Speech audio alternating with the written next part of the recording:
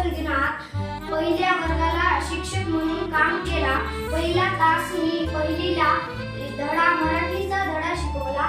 दुसरा तास मी तिसरीला परिसर अभ्यासामधला धडा शिकवला. तिसऱ्या तासात मी चौथीला एक परिसर भागामधला धडा शिकवला.